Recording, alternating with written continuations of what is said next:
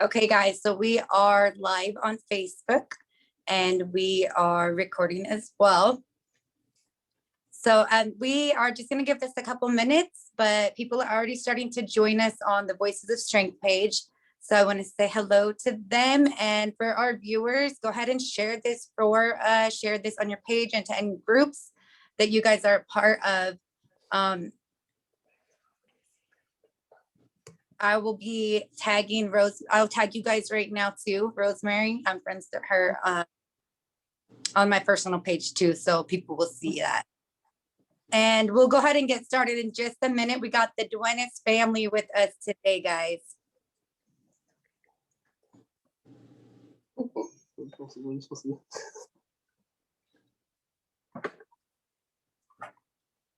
feel like it's so far back. How are you? In the crib.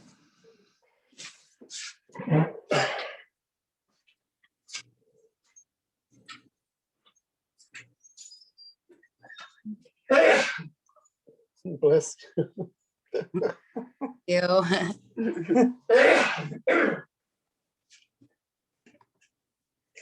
Okay, so I just shared it on my page and in the event page that I made for this. We'll get started. So I'm going to introduce the show for those that have not seen this before and that are new here. This is Voices of Strength, and we do a series that we host a different family every week. And these are families who have lost loved ones to the police homicides. And every week we've been highlighting a different family. This week we have the Duenez family with us, and we are talking about their loved one, Ernest Duenez Jr.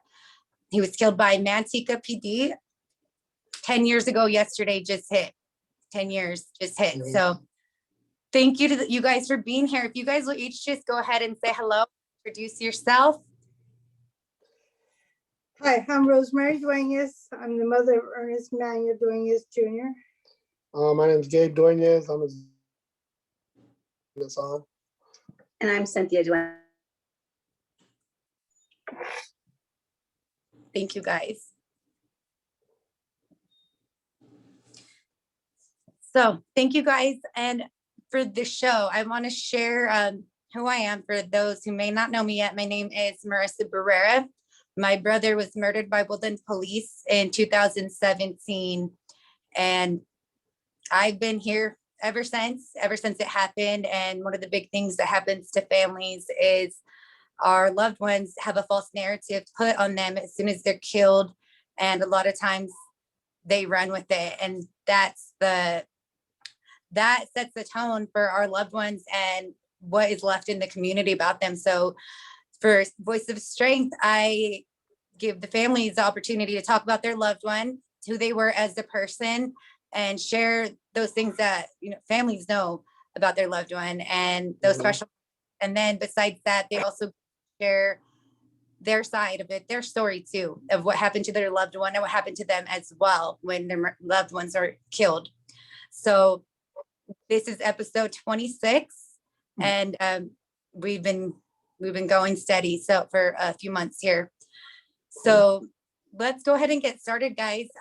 Before we get started, heads up for you guys and the viewers, I will be sharing some photos from Rosemary's page and from Raina's page as well, of the family of Ernest. And then there's some of just showing you guys his fight afterwards, just sharing a couple of those ones. And I'll go ahead and play that while you guys are talking, so they can put the face to the name. And so let's go ahead and get started. Whoever would like to start, if you guys just want to share some things about Ernest with us. Oh, well, Ernest was a very mischievous little boy. He played baseball all the way from T-ball to the senior league. So he was very good at baseball, loved to play sports, basketball. So he was just always giving his brothers and sisters a hard time, joking, doing little tricks on them. And, he was always willing to help out wherever he could, the friend needed him, he jumped in, he ran to their side to help him. It was fun. Summers it was just us because my parents worked, and we'd always get into something at the house with all of us kids going out, messing around and just being kids. That's when back in the days when you can go outside and people didn't want to stay inside and play video games all day. But it was always fun having him around. Growing up, we always every day was something new and something fun, a fun adventure, and it was just he was a character. He liked to joke around a lot, and he liked to just have fun. Yeah, to me, he was just like, I seen another side of him. Like as a father, he was such a good father to his son. He was, like Rosemary said, you call him, he would be there. That was like my husband's like best friend. And I wish a lot of people got to see the side of Junior that only we really got to see. He's really funny, outgoing, loving, just like a good person to have on your side. Thank you guys for sharing. As you guys were speaking, we're looking at the photos. I'm hearing you guys share those things, and it's just giving me the chills. I just feel you guys so much, and those details that people don't know and they'll never know. So that's one of the reasons why I feel this is important for us to do and talk about our loved ones and things like this. And so, yeah, that's what you're talking about this weekend. Yeah. No, that's a good one. That was him. That picture right there just explained him all the way. And then there was a photo there where he has the hood on, and that reminded me that he had gone to the snow with the Sanchez family and the Duenez family. We didn't get to go, but he tried to come down the hill. You were there, He tried to he went up there was this big old hill, and we're like, oh man, that's like a high, so I can do it. And he went up there and he did it, but he came tumbling down, bouncing, and he was a big boy at that time, and man, he was hurting, and we were all trying to help him, and we were laughing and joking, and he didn't ruin the trip. We stood there for a couple more hours chilling, relaxing. You could tell he was hurting, and when he got home, he ended up going to the ER, and he broken a few ribs. Yeah. Oh goodness, he got really Oh yeah, he was, man. I've had the video somewhere, and it just he was just bouncing and bouncing, and everyone's like, Gabriel, do something. I'm like, what do you want me to do? Like, that's 260 pounds coming down. I'm not getting in the way of that. Like, I went up there to check on him after, but I wasn't trying to. Yeah, it was fun. He was a daredevil. He was always willing to try something. Like, hey, you guys want to go do that? And I'm like, no, I ain't doing that. All right, I'll do it then, and he'll go do it. One time, my daughter Sabrina, she used to like to go skydiving a lot, and so once she told him, "Come on, Junior, let's go skydiving." He goes, "Oh heck no, you're crazy! Come on, Junior." And he said, "Man, I can't let my little sister, Go without me, and she's tougher than me." So he went, and he was so scared. We have a picture of him. He's like, ah. He goes, "I'll never do that again. I can't believe you made me do that." As soon as he landed, he was like, "Get me off this." Yeah. Oh gosh. But he had no choice, right? He had to do it, so he did it. For his sister, She wanted to go, and he didn't want her to go by herself. So he's like, all right, I'll go to. And my wife's right. As soon as they landed, he was like, "Get this off me! I'm never gonna do this again." But it was funny. We were all there watching. It was pretty neat. Yeah. That's funny. These things, like, I think everybody could relate with just different funny stories like this, like things that happen. We have our funny shit that happens within families. So yeah, it's good to hear these things too, and not just always. Yeah, sorry, man. Yeah, it's good just to put a character to the real character to them, except what you hear on the news and what they try to say about them, and they try to make them look bad, but nah, they're people out there. They're real people, and they really have families, and you know, we all love them, and we have great stories growing up, and you know, I mean, you know how it is too. So it's good to get it out there, you know. It really is. And I just want to say, for people watching, that I got to go to your guys' the barbecue you guys had this weekend for the 10-year anniversary. And I was happy just to see how much of your family was there, you know, and just you guys there together. And I came back and I told my family how I thought you guys were such a great family too. And just how you guys helped me with my babies. You know, he went up to you guys like, take me, and you guys just him up like he was your own. So thank you for that. And I wanted to share that with the people watching, because that's why I went. Like, I know, like, all of these families that I meet through this, when you really get to know a lot of them, it's like, these are really good people. Like, for us to be going through this, it's crazy. Yeah, All you of agree with, yeah. Thank you. And your kids are just adorable. I fell in love with your kids the first time I ever met you. Oh, you. Thank you. Yeah, that's one good thing about having big families. We can all pass the baby around, you know. So whenever we have our little ones too, or my nieces and nephews, so it's like, all right, your turn. So no one ever gets tired of them. And you know, I had them for a little bit. My brother had them. You know, my son. That's what's good about having such a big family, and you know, Yeah. and we travel deep, as you see. We all, you know. And we love hard, like Yeah. we all do. Yeah. And you know, another thing I want to share is my eldest, he's a 9-year-old, and he's kind of tired of like the protests or just going to stuff, even things like he's tired of that, but he had a really good time. So he was happy to be Good. there. And I told him it's different. It's a barbecue, you know, let's go and and he was happy. So Oh, good. I'm glad. Yeah, that's doing true. it's good. Like, just even getting together with the other families that can relate. Yeah, so that's true though. That's good. Like just a barbecue and let the kids play in the playground. You know, nothing else, no drama, none. No Everyone, pressure. everyone there is.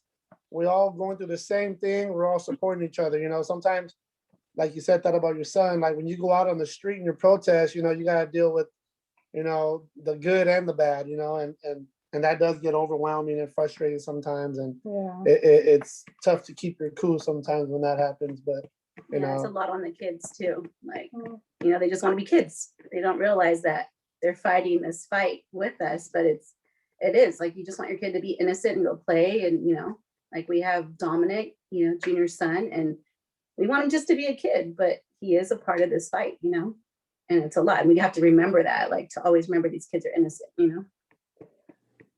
How old is Dominic now? He'll be He's turning 11 this 2 month. weeks, yeah. Because he was 2 weeks away from his birthday when his daddy was killed. He was gonna be 1. So he never really got to really know him growing up, but he was very close to him as a baby, and he's got a lot of his ways. A lot. It's Yeah. crazy. Yeah, it's character. He's a character. Same thing, you know, silly, likes to make you laugh, and just same way. He didn't grow up with him, but he has his character. it's Mhm. funny. Yeah. Little funny guy, little comedian. I have another story that my dad told me before. I remember part of it, because we were all there. Where were we at? We were camping. We not camping. We were at the lake, and my grandma, my dad's mom, that we were all walking. We went for a little hike, and we were at Alum Rock. I don't remember where we're at, and she was so tired, and she sat down, and she was older at that time. She's like, I'm so tired. I can't walk no more. And then here comes my brother. I guess they had found a snake down the way, and he came running up to everyone with the snake in his hand, like, look what I found, look what I found. And my grandma jumped up off her chair, did like a flip. Nah, I made that up. But I'm just saying, she jumped up hella quick, was like, oh my God. And he was just laughing, and he got in trouble. Put that away. He's like, what into snake? You know, he was about 10 at the time. So he seen a snake, he was excited. He's a little kid. Yeah. But that's the kind of guy he was. He was always like, oh, look what I found, you know, just ready to make everyone laugh or make everyone scared or whatever the case may be. Gosh. Yeah, so he's a, I get that a lot of people we talk about, they're the jokesters, they're the funny, like, and they're character, but they're someone that is obviously, very missed by us and Mhm. just a lot. But I love hearing these kind of stories. Yeah. So Gabriel, are you the older or younger than Ernest? I'm the younger brother. Okay. Yeah, about 3 years younger. Okay. Yeah, Gosh. so me and my twin brother, we're the youngest of the family. So They're the babies.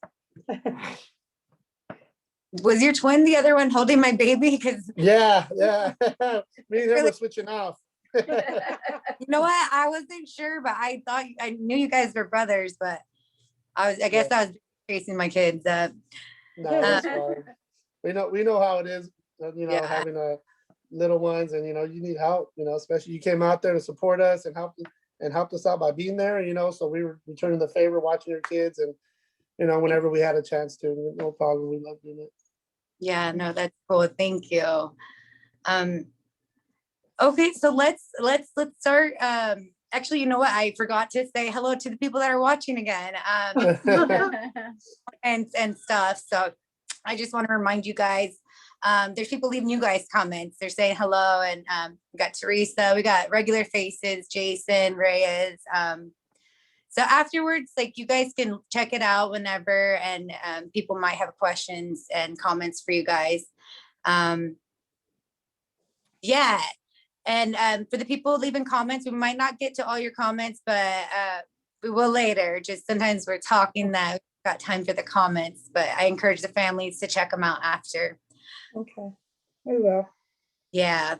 Okay, then let's go ahead and start sharing about Ernest and what happened that day. Just what happened, how you guys found out. I know that, and then there is a video and everything too. So whoever wants to start, and you guys can bounce off each other however feels right. Well, it was on June 8th, 2011. And my grandkids had a T-ball game. And it was my granddaughter's birthday. He was killed on my granddaughter's 3rd birthday. So we had been at the baseball field singing happy birthday and everything. And so once we left the baseball field, I got the call from his mother-in-law saying that there was a shooting at the house where he was staying and that she thought Junior had been shot. So at that point, I'm the only one that knew. And I didn't want to say nothing yet. My husband, we had just lost my nephew, and my husband had to leave to Mexico because he was in a car accident out there. And my brother don't speak Spanish, so he was out of state and out of the country. So I was me, I didn't want to tell the kids yet. So I drove straight to the scene. And when I got there, it was all blocked off. The big giant truck was there. He was no longer there. And I kept on yelling, I want to know, was it my son? Is this my son? Somebody got shot here, but I could see his wife and the people from the house sitting on the sidewalk, and I couldn't get near them. But looked at my daughter-in-law and I go, was it Junior? We worked, and she shook her head, yes. So from there, I kept on asking, where's my son? What hospital is he at? Where is he? And they kept on saying they couldn't tell me nothing. They couldn't tell me nothing. Hospital's 2 blocks away. So I jumped in the car, went to the hospital. They couldn't help me. They wouldn't give me any information. They said, no, we can't tell you anything. I was just back and forth till about 9 o'clock. And at that point, I was at the hospital, and that's when I finally called the kids and I told them, you need to get here. You need to get here because I think they killed your brother. And they won't give me any information. So we all met at the hospital, and Cynthia kept on trying to call different hospitals to see, we couldn't get nothing. We finally just came home and it was on the news, right away on the news.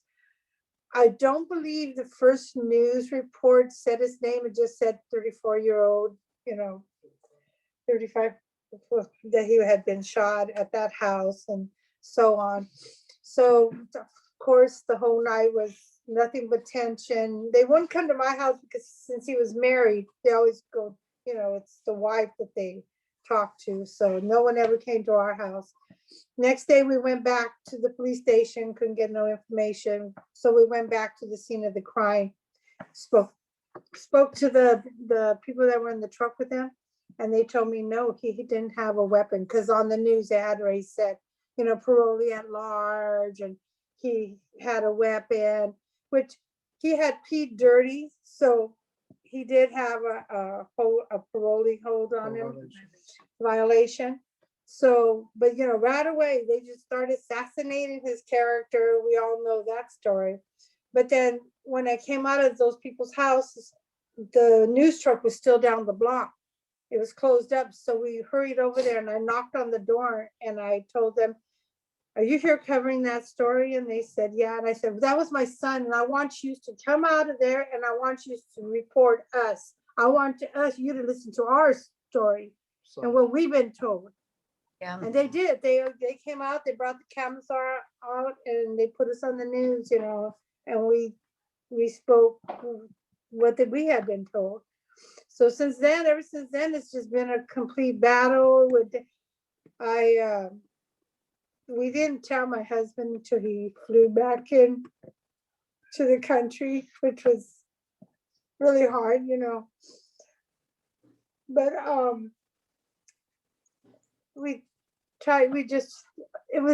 what was really sad was I had just gone with my sister-in-law and them to make arrangements for my nephew's funeral. And just a few days later, I was at that same funeral home making arrangements for my own son. But the news media, we all know, they just continue to lie. And we've been battling it for 10 years and fighting. We right away got an attorney. Well, they was brought to our attention. We didn't know what to do. Back then, we were blind. We were like, we had no idea that we could even do anything. We didn't know we had a dash cam video. Mhm. We found out Moody pulled up right behind the truck, facing it. And my son went to jump out, which I know he was probably going to run because that's what he usually does. And when he opened the door, he shoved it. He was in the back seat. He pushed the lady forward, and he jumped out. When he was getting out, Moody came running up towards him and saying, "Drop the knife, drop the gun." Drop the knife. And Ernest is barely coming out of the vehicle and doesn't even give him a chance to even acknowledge him. He has one hand up here, one hand on the car door, and he just starts shooting. And he said, just kept shooting and shooting, and he was on the ground, kept shooting, shot him in the face, in the back. A lot of the gunshots were in the back. He said he was fearful for his life. And my thing is, if you're fearful for your life, are you going to run towards the person that you're fearing? Or are you going to, find somewhere to take shelter and then put your gun out? So they said that. So I just want to piggyback on that a little bit. He was fearful for his life, but on the radio it said parolee at large. So Moody was, you can see in the video, he was staked out, like he knew my brother was going to go to that house because he lived there. So he was staked out in the court waiting for that vehicle to come. So for someone that's fearful of their life, why are you by yourself waiting for a parolee at large if you're fearful for your life, right? Why didn't you call for backup? Why are you trying to do this by yourself?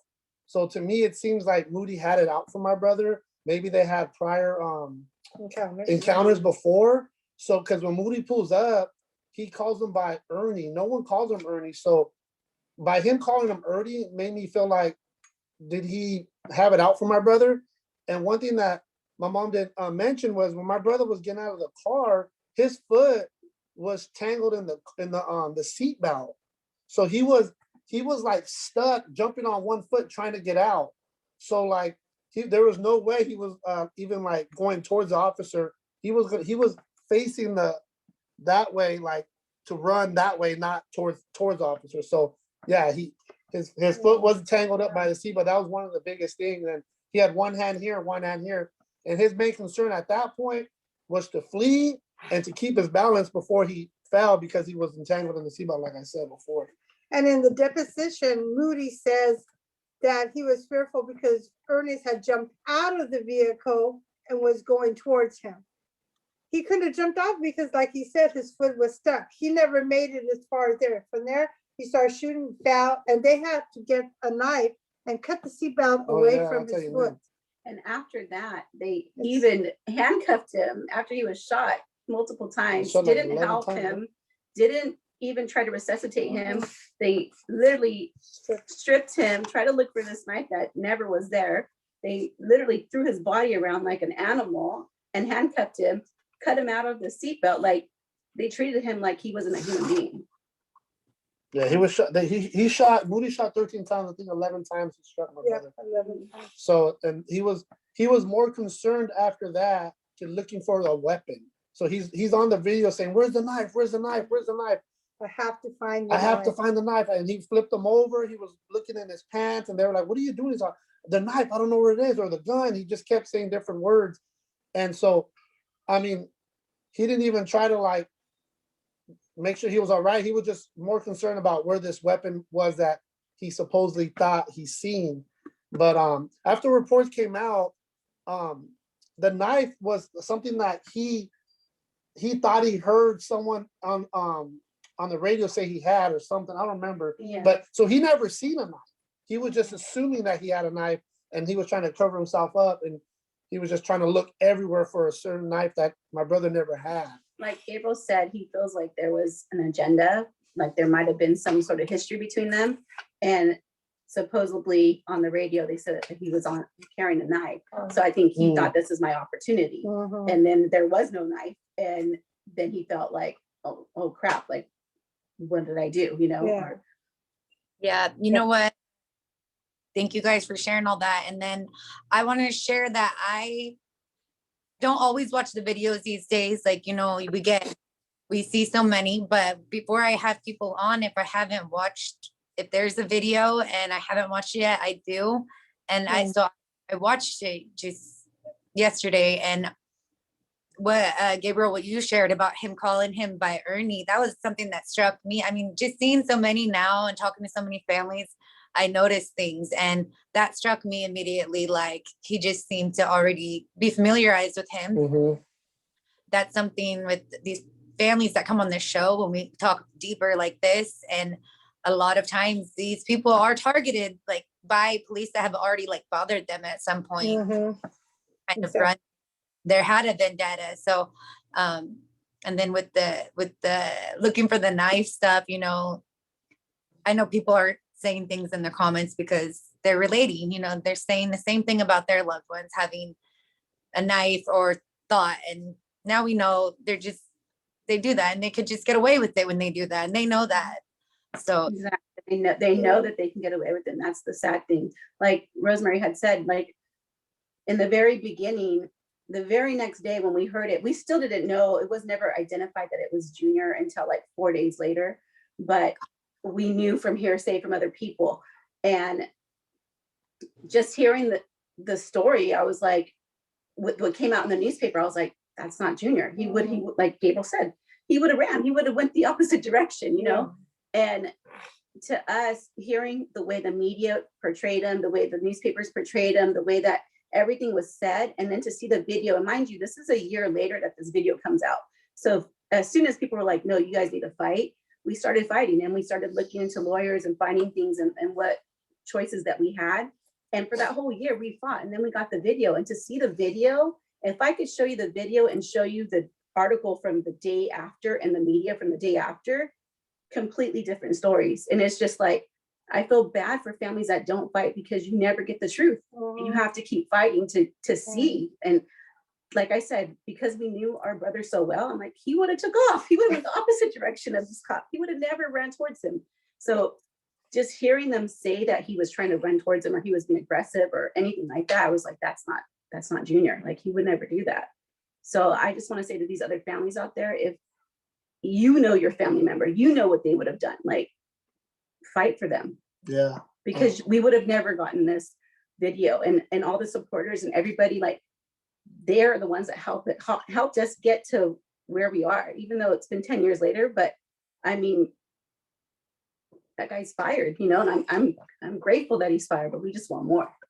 We wish he would have been fired over the shooting of our son, you know, Yeah. our loved one. But at this point now, we're happy he's no longer a police officer, but we're not done, because now we want him to lose his pension. We've already gone to the DA's office and let her know what we want and what we expect of her. And so I can't elaborate too much on that, but we did have an appointment this week. We sat with her. We discussed our case, you know, our son. We discussed Moody and how we feel those charges need to be pressed, you know. He can't get away with this. To get somebody and the lying, all the lying he did on this for you know, getting this woman to do a DUI test. If he lied for that, how much, you know, how much more has he lied throughout these years that he's been a cop? And people are coming out of the woodwork now. They're telling us their stories. Let's back up for the people that don't know yet. And we need to share that what happened is that the officer that killed their loved one 10 years ago, just was the last week that he got fired from the PD. Yes. It came out last week. He got fired in March. Yeah. Oh. But it just came out to us, to everybody. So it just became public that he got fired. Yeah, Mhm. if when you guys could touch on that real quick for the people that aren't aware of it yet. And it's great news to hear that he got fired. It gave me the chills when I seen you guys posting that. And I was so happy for you guys. That's at least, you know. We found out through word of mouth about Moody. There was something going on with him, and because of the SB 1421, Raina was able to go down to the police department and request his file, and they were very cooperative. I was very shocked. They have been so cooperative, giving us all the information we needed, and there was even the article in the newspaper, you know, what was it that he said, the police chief about Moody? At the very end. Uh-huh. So like, let's just talk about what Okay. happened. So basically he pulled someone over for a DUI, a lady, him and another officer. And she had said she would consent to a blood test. And when they got her to the doctor's hospital in Manteca to do it, she said, no, I don't want it no more. So she declined it. And she repeatedly declined it about 6 times. And in front of Moody, to the nurses, to him, to his partner. And Moody didn't oblige for that. So him and the other officer held her down while the nurse took her blood. And so they violated the Fourth Amendment right. And then to make it worse, he called for to get a warrant to do that after the fact, that after he did it. Because if someone says they don't consent, they got to get a warrant. So he called the judge to get a warrant, but he didn't tell the judge the whole story. So the judge granted the warrant, even though he already took the blood sample. So he was just violating her Fourth Amendment right, and then he was just lying. So when he did his reports and all that, he was lying, and he was just leaving out a lot of information. So when they talked to his partner, when they talked to the nurse and everyone and the body cam, they realized how much he was lying. Like, and this is just something he does. So he just lied and lied and lied. And when they asked him about it, why'd you lie about this? He's like, oh, I didn't think that was important information. They're like, how do you not think that was important information? This is a report. You know, you gotta be very thorough through it. So he was just trying to backpedal. And so they did an investigation on him, and they just pretty much, and then I'll read what my mom was talking about. So they let him go because all he did was lie. And so this is what the captain who wrote the report said. He said, Officer Moody's conduct, lack of accountability, and misrepresenting the facts or critical integrity issues. I lost a lot of confidence in the ability of Officer Moody to be a police officer, and any role he would serve in the profession of law enforcement. His accuracy, integrity, accountability, and honesty will continue to be called into question if he is allowed to remain a police officer. So that's from his captain. So that's after they did all the reports and they listened to everyone's story and they watched the body cam. He came, that was the closing thing that he wrote in the 14-page report that we received. So that right there just summed up that man's person, that piece of shit's personality or his character, because that's what he did this entire time with my brother's case. Like every time we got a disposition, his story changed every time someone talked to him. So whether it was his captain, our lawyer, their lawyer, everything we read, his story changed multiple times. So like first he said he thought my brother had a knife. Then he said he thought he had a gun. Then he said he was checking my brother's, he was going inside my brother's pants because he said my brother carried a gun inside his butt. Like, so his story was just crazy changing. So when that captain wrote that last paragraph, I just thought that was it. It just summed up that man, well, that coward so much that, I mean, he doomed himself, you know, and I mean, like my mom said, we're not disappointed that he got fired. We are so excited about that. I know I am. It just, we wish they would have listened to us 10 years ago and he would have got fired 10 years ago for murdering my brother. You know, that way this lady never would have went through that drama, and all these other people between these 10 years never would have went through that drama. So, I mean, we're not discrediting what happened to this woman or to anyone else that he's done this to, but we've been trying to get him off the streets to keep everyone safe from this coward, you know. So, and we need the DA to file criminal charges against him so that he can lose his pension. Otherwise, he will get his pension. But if they file criminal charges and he's they get him for criminal charges, then he'll lose it. So that's what we're pushing at, and we're going to push on that. We're not just going to sit here and wait to see if it happens. We're going to step up, and we've already started. We've already started.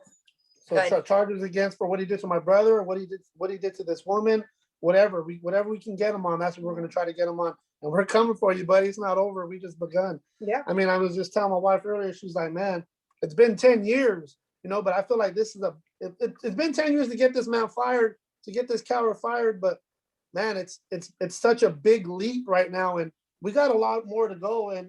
But we're ready. We're just lit another fire on our ass. So Yeah. let's do it. We're ready. Yeah. You know.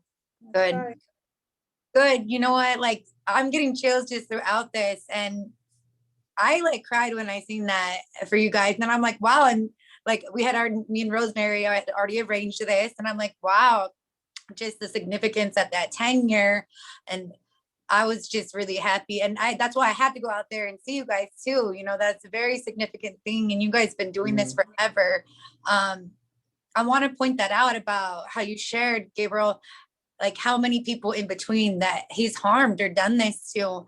And that's a lot of times people look at us families like we're just mad or we're just angry. Well, hell yeah, we are.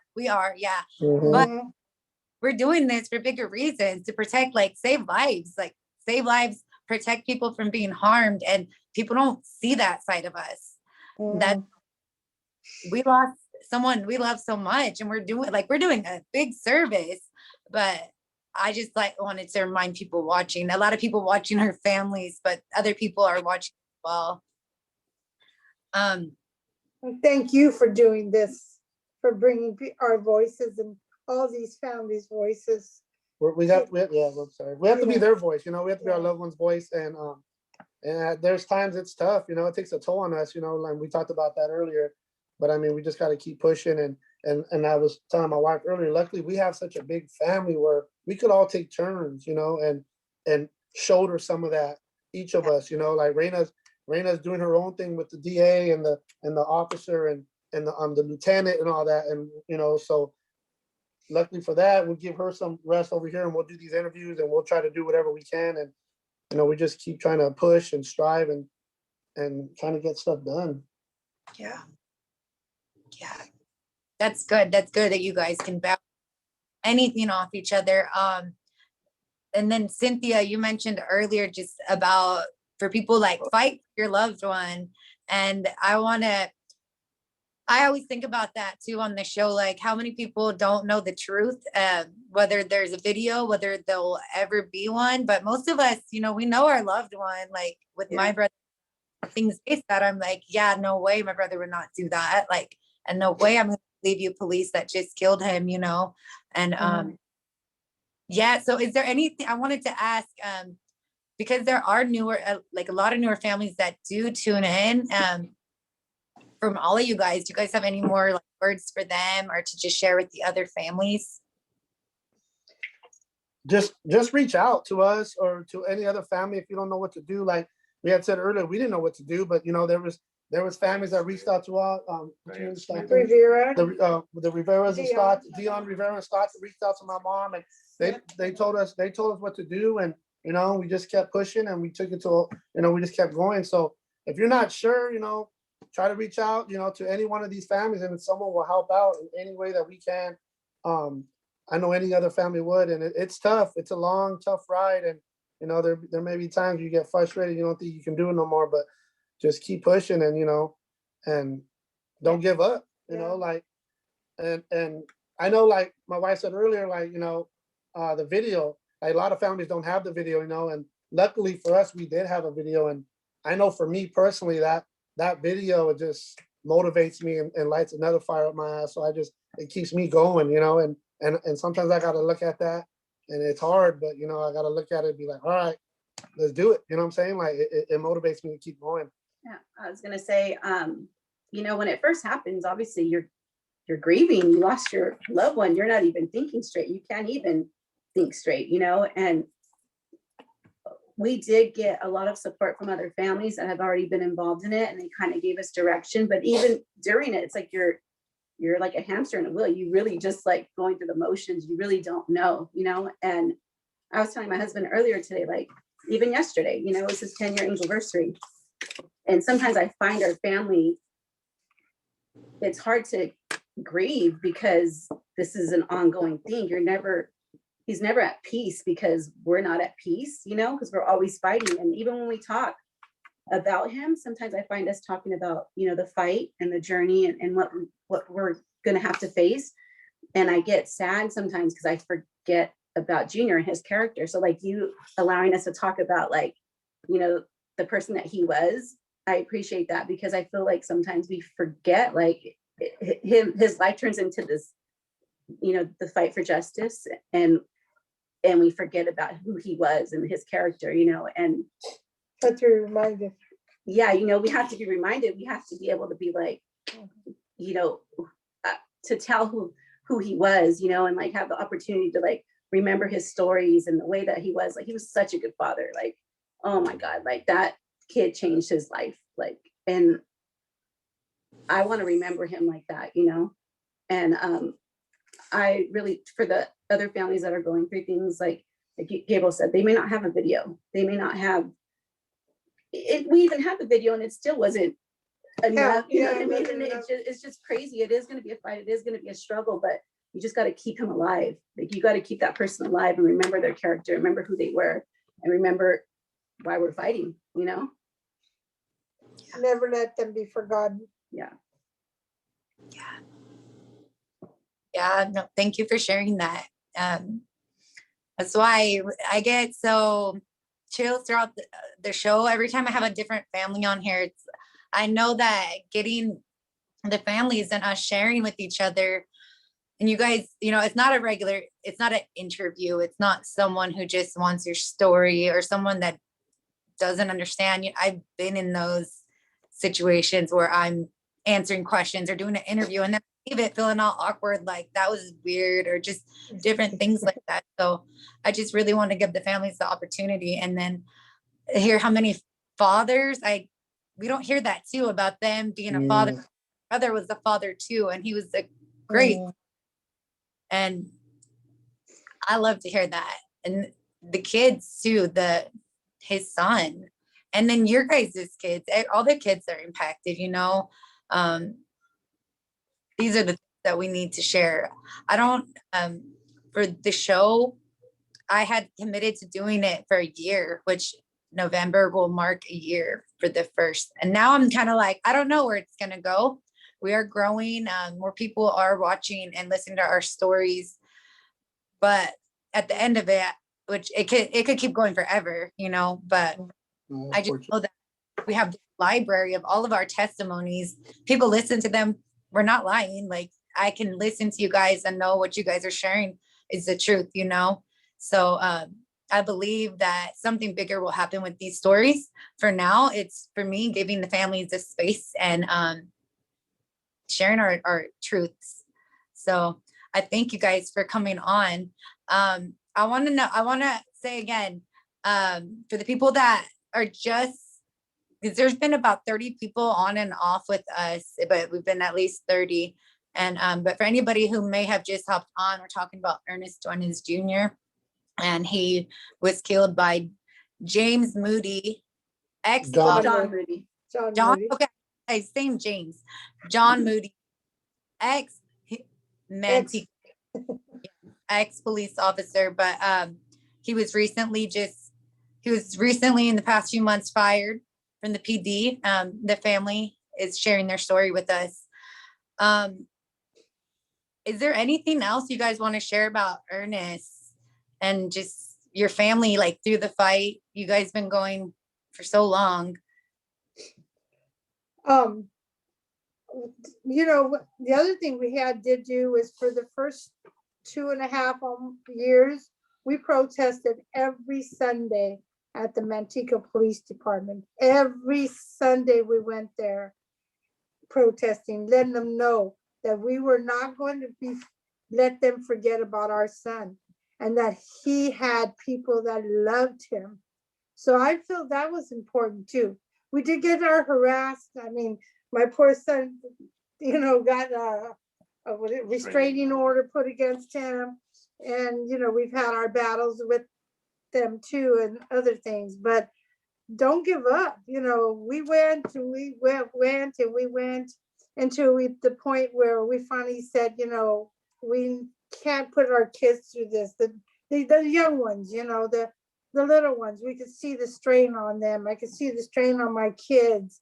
But we were diehards. And even after that, when we started slowing down, my husband and I would still go down there and remind them and stand there. And they could go by and they could laugh, or they could look at us, or they could make faces. Didn't matter, because you know what? We weren't going nowhere, and we still haven't. Gosh, that's awesome. You guys really, and you're still here. Still here. We're still at it. Yeah, and we just want to thank everybody, like, The through this support of 10-year us. journey. Like, when she says we were there every Sunday, we were there every Sunday. And our supporters got bigger and bigger and bigger, and they were consistent, and they would come down from Sacramento, from all over. Like, Yes. I mean, it was just overwhelming amount of love that our family got. Like, I can't even, it really just start small, and people start seeing the consistency and the fight that you have inside of you, that it's attractive. It's like a magnetic, and they come and they want to be a part of that support system, you know? Exactly. So we're just like so grateful and thankful. Yeah, I'll piggyback on that a little bit. Yeah, you know, it's from our family, my wife's family, my second family, our friends, they were out there with us all the time. You know, people just, even they showed up for 20 minutes, 30 minutes, showing on by, just honking, hey, I can't go today, honking. You know, I had a few coworkers stop by, give us some coffee on the cold days. You know, it's been, and I just want to, you asked about, can we tell other families? You're always going to have support, you know, well, I won't say always, but you get support. Like we've had support from day one till now. And some of the people that were there at the beginning, you know, they kind of faded away, but they lent their hand at the perfect time, and they came in at the perfect time, and they steered us in the right direction, and they showed us what to do. And then they said, all right, now I got to go help out another family. Yes. So we're not mad about that at all. I'm grateful for all those people that did come out at the beginning, and you know, they're like, all right, Duenez family, you guys got a lot of love and support out here. You guys are good. I'm gonna go help out this other family who only has 2 people protesting with them, you know? So that's one thing, you know, if people come and go, you know, they're helping other people out. You know, they're not just leaving you and saying, all right, forget you no more, forget about your story. there's a lot of activists out there that are coming and they're helping you out. They're picking you up a little bit, and then they go help out other families. So you're gonna get a lot of that. Hopefully, a lot of people come out and support you guys. But that's one thing that I do remember and I respect, because they came out, they helped us out, and they seen that we had it, or they thought that we had it, because we put up a good, the Brown Berets and all, and they always came out a lot too. And but like I said, they'll come out and they'll help you guys out, and then they're gonna go help out other families, So there's a lot of us out here struggling and fighting for this cause. So we just all got to be united whenever we can be, So And be there for them too. yeah, be there for one another. And I wanted to say one thing, like as advice, is like, make it public as much as you can, like share it. Like what you're doing is awesome. Like you're allowing us to tell our story, like Yeah. share that, have your friends share it, like whatever it is that you're doing. If you're protesting, put it on Facebook Live. If you're, whatever it is, make it social, like make it shareable. Like you just want it to keep spreading and spreading. Like you said, YouTube, share the story over and over. Any opportunity that you have, speak their name, We were fortunate because we were taken, a lot of people have taken us under their wings. You have Uncle Bobby, Sister Beatrice. I mean, we've had the Brown, like you said, the Brown Berets. I mean, there's just so many groups that we would say thank you, because they've been by us. And like he said, they showed us the way, and now they're going on to show someone else the way. And some of us, that's beautiful, because that's what it's all about, is helping each other. Yeah. And I thank you, Marissa, very much. Welcome. Yeah, no, that's great advice and great things. And I just want to add to that, for any families that may not feel like they have, how we're all spread out and everything. Just again, like was said earlier, just reach out to the families, because reach out. I know I respond back to families a lot and talk to families who are kind of isolated in their areas. But like you said earlier, if you reach out to some of the families, some are going to be willing to help you and able to, and sometimes that's all we need at the moment. So for any of the families watching, just a reminder, reach out to us, and more than likely someone's going to definitely respond with the helping hand.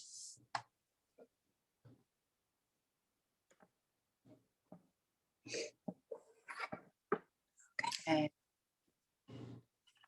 So I do want to hit a couple comments. We have some comments from people in here. I'm gonna go too many to read them all, but let's see. We have Mario Martinez. Is that a family member? Yeah, Family friend. friend. I love and miss Ernest. Never forget when I just lost my job and I was super depressed. Was driving my car about 100 miles an hour down neighborhood streets. Ernesto Sr. seen me, pulled over, convinced me to let him drive my car to his house, saving my life. I passed out drunk in the backyard on a chairlift. When Ernest got home from work, he said, "Hey, what's wrong with Terror?" Big Ernest said, "He's going through it, lost his job, having a really bad day." Ernest Jr. said, "F that, that's my boy." Then he went to help me off the chair, holding me up, and took me to his room to sleep on his bed, put a blanket on me, and looked out for me. Love them dear. Oh, That's a good story. he's like That's a brother. that's a good one. That is a good story. Love you, Terry. Yeah, thanks. That was a good one. He was there Sunday. It was a long one. Kind of figured it was a family or some Good. other one. He's a friend. We grew up with him. But he's like family. He's been there from day one too. He was there on Sunday. He comes out all the time. Saturday, yeah. On Saturday, my bad. I said, Oh, that was a cool one to read. I'm gonna read another one from Patrick. Saynos Lane. I'm sorry, Patrick. But he just, his comment was, "The time has come for Ernest and his family to receive full justice." And I seen a prior comment. He says, "You can tell this family will never stop fighting." Thank you, man. I appreciate that. And then we have Karen Sutherland. She says, I love you guys. The family of Shane Sutherland stands with you. Thank Thank you. you. Thank you. Love you too. Ah. Okay. And then let's see, I'll just read one more real quick. This was a little earlier. Miss Grant, she says they call out